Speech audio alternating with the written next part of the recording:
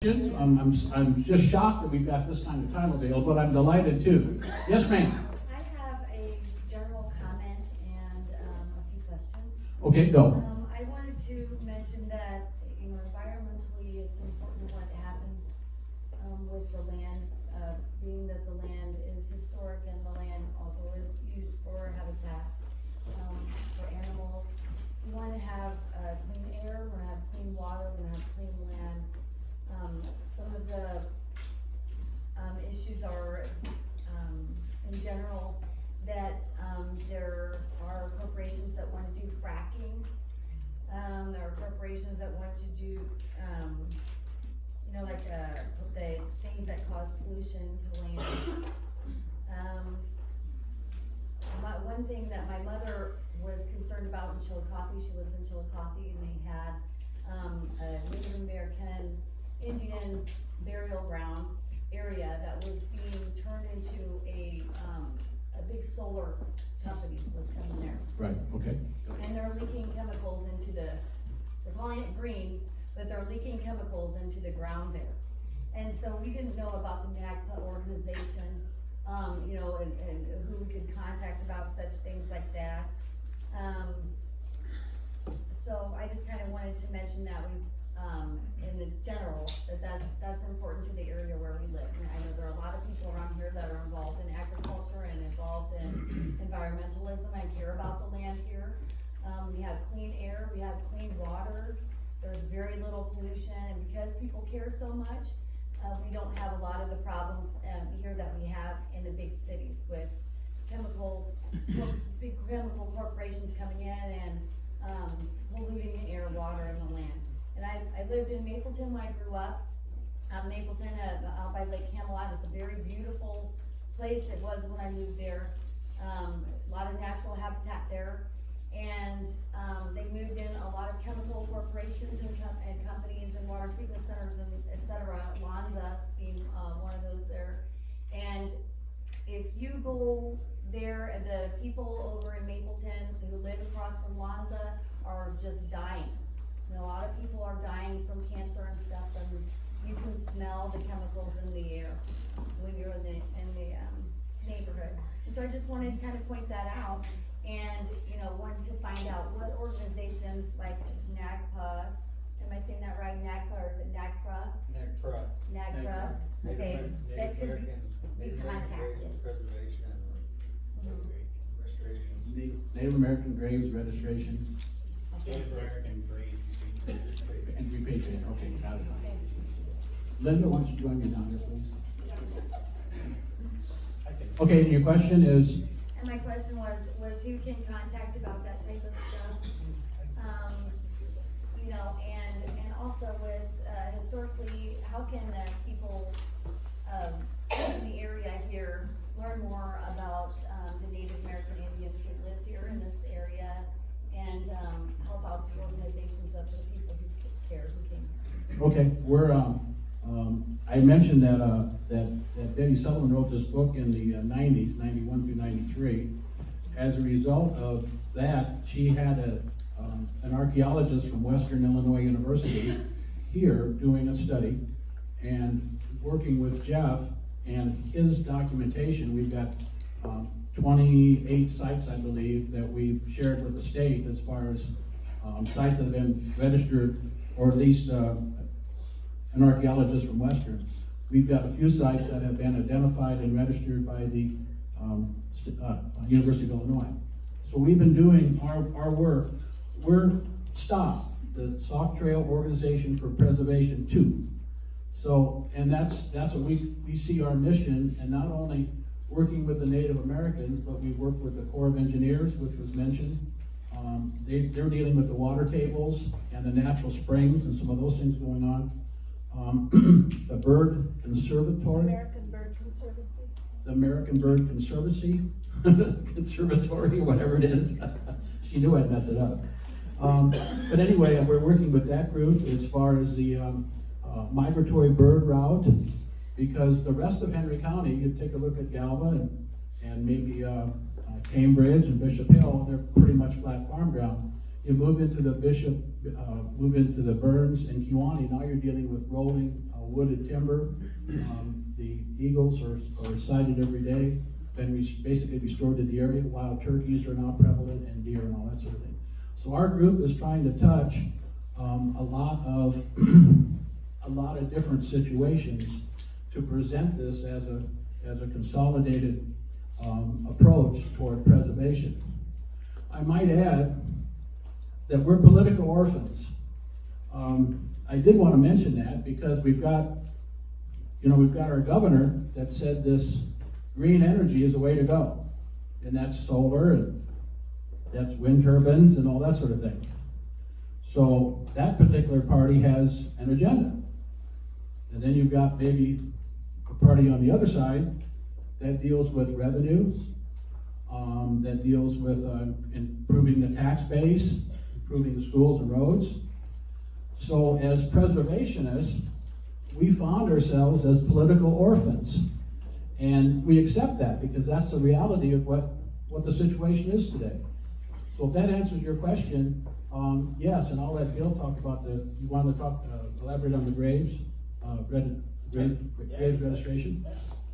Do we have any other questions that deal with that before Bill takes the mic? You know why I'm a little timid about giving him the mic. We've got 14 minutes. You're going to be good. Okay, there may be some other questions. No. Say. Yes, sir.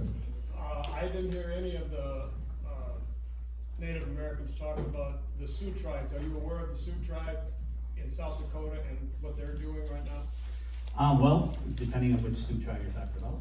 Well, there's 5 of them joined together. Right. They're building one of the biggest wind farm projects. Sure, yeah, so what you're talking And they about own is probably, 51% of it.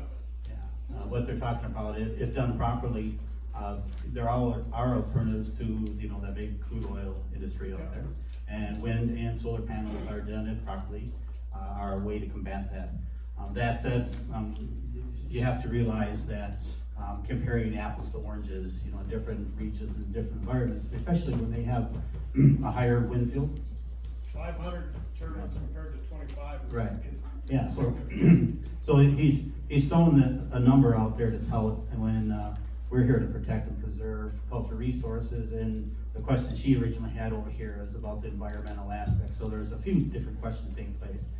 And also, I should kind of lay to rest that the little misnomer that NAGPRA protects, each and every, burial site out there, when in fact, NAGPRA is an acronym that allows, for federal agencies that if they have federal jurisdiction on property over here, if there's an inadvertent discovery take place on here, of human remains, for example, we have that ability to meet the consult to get those remains and put them back in the ground.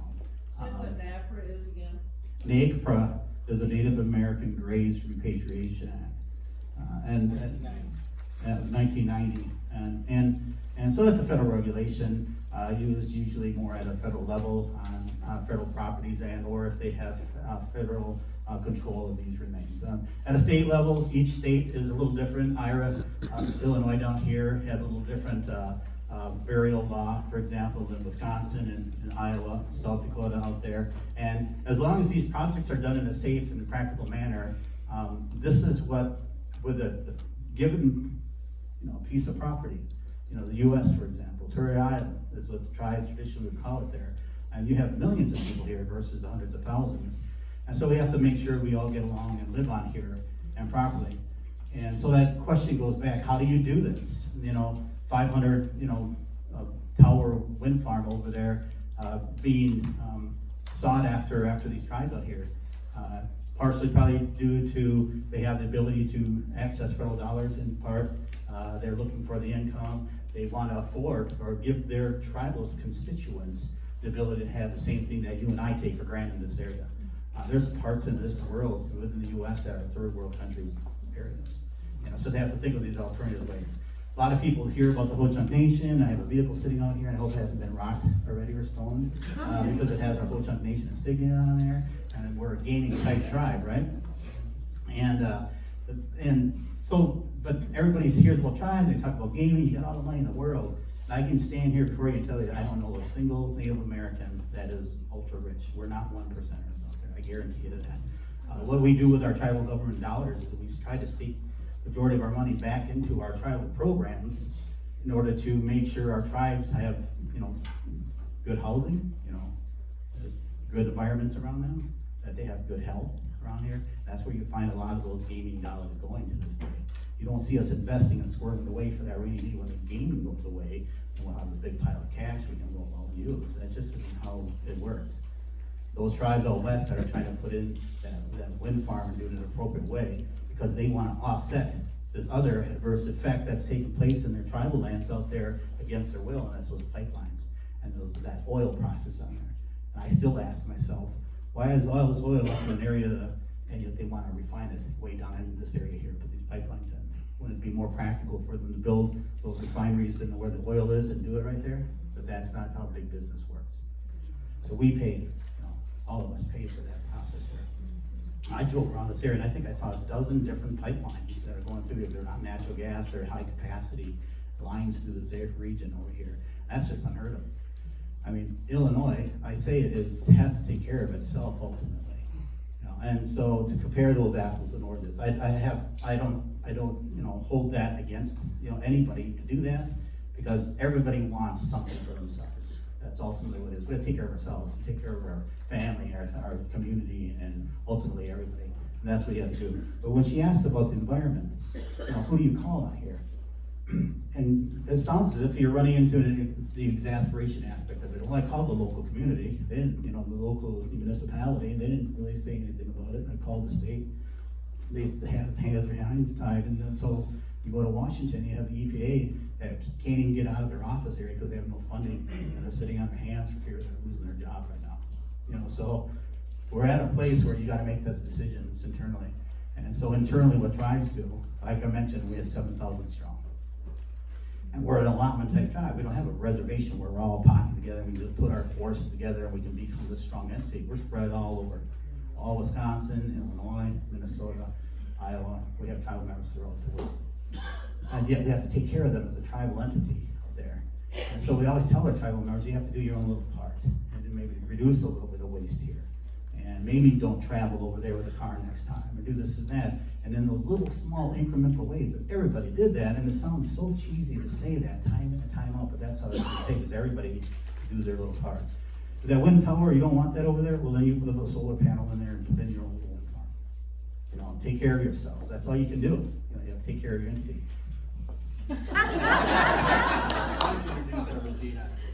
Oh, yeah, Regina. I've been waiting for this moment. Want to come up here and introduce yourself? You guys better run over to the bathroom and come back. We saw you come in late, so. Oh, I know. No problem. Yeah, You got lost. Okay. Yat eshikis. Yat manahatsan. Yat Johanne. Yat she Regina Sosi. Hanalahni Nishle. Shihi Bashichin. For the Chitni Dashiche. Kohana Dashanella. Ahehe. Well, I just introduced myself in my Diné language, Navajo. And I basically said, hello everybody, my name is Regina Sosi, and I introduced my clans. My maternal clan is Honolani, which is one who walks around. My father's clan is the Salt People. My mother's father's clan is Bitterwater, and my father's father clan is Near the Water. So water clans here, Joe. And so, I'll introduce. Hi, I'm Josie Ironshield. I am from Standing Rock up in North Dakota and South Dakota. I'm right here. I'm really And we are residents of the Quad City area. I've been in the Quad Cities for about 35, 36 years, and Josie's been there almost all of her life. Yes, but we do have connections back with our reservations, our people. Mine on the Navajo Reservation in Arizona, Josie's in South Dakota, Standing Rock Sioux. So living in this area for 35 years, we've come to experience, being urban Indians in this environment, in this area. And we've also been, affected by the many different things that Native peoples in this area have been affected with the environment, in the mascot issue, racism, things of that nature, but we've also been nurtured by, our friends and our family here too, our community as Native peoples. And it's good to have our relatives here. Thank you for coming, all this way and being a part of this program. We also feel that, we've been consulted too, but, we're not as powerful as the, nations, because we're urban people, We try to work within the system, and we try to work with our state legislators and our Native communities, and just different people who come across our paths. We try to do what we can do the best way we can, because we want to live in balance as we, live with our families here. And that is also, trying to preserve the culture, trying to preserve the history, but also maintaining our identity here. And so that's why we encourage peoples who want to know more about us. I'm the president of the Native American Coalition of the Quad Cities, and we're also formed the Sage Sisters of Solidarity. That was formed with the valiant efforts of the water protectors who were protecting the land in the Standing Rock Sioux Nation. So we've done different things in this area as far as environmental, the MMIW, which is the Murdered and Missing Indigenous Women and Children. Then we know some families in the Quad City area and outside the Quad City area that have approached us and told us their story. We tried to relate that to the public and the community, and ask for their help in trying to help the families here. So other than that, we just live in the Quad Cities. Okay.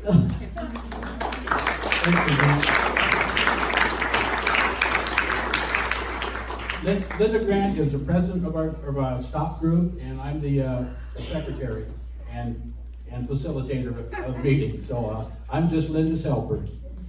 I really wanted to say thank you to Regina, because without Regina's guidance, we would not have found Bill. And from Bill, we found everyone. And we have to recognize Betty Sullivan. Betty, could you stand up, please?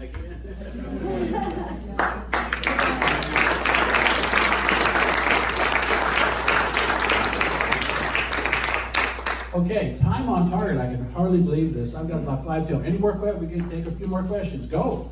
My husband teaches 8th grade history in Princeton, and he wanted me to ask, do you have any suggestions, or what are your thoughts on how you would like Native American history to be taught in schools? And are there any resources for teachers to seek out to do that? Excellent question. Who wants to take it? Diane? Okay. So Excellent question. we would like our history to be taught from our perspective, or at least to include our perspective. That's difficult, and I can't speak for other tribes. For us as Miami people, there are limited resources out there. The books that have been written about us are not by Miami people. And we have, we've got a history blog, we've got some information, and we're really working hard to start developing that kind of material. So we understand it's very difficult for teachers to know how to teach it, because the textbooks are really bad, and there just aren't really good sources out there.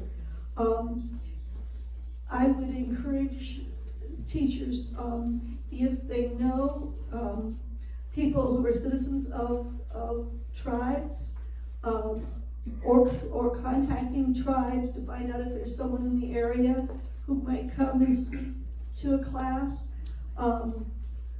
That becomes difficult. You have to be careful, and I would always invite people who are approved by their tribe, because we all think we know what we're talking about, but we want to speak on behalf of our tribes, not on behalf of what I happen to know.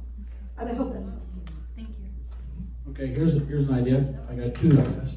One, mentioned Betty a couple times. She's written this 40-page book 25 years ago. And I asked Diane, I said, now, how well did she do? Because of that book and her sincere presentation. Her bibliography is about 3 pages long, the research you did with all the research. And Diane said, she did a pretty good job. She was pretty fair. Political plug, it's for sale out front for $25. And there's also an accompanying video that she made 25 years ago. So that'd be a good start. Robert, I'm gonna put you on the spot. You're local, live in Kewanee. Would you be available, or would you know some of the Fox and Sauk folks around that might be willing to address a class? I think that's what you're asking for. 8th grade, that's a very impressionable age. Robert? Go ahead. Go on, Stan. Yes, thank you. I'll look into this, and I have a trip planned over to Tama, to the proclamation over there very soon, so I'll inquire in and get back to everybody. Thank you.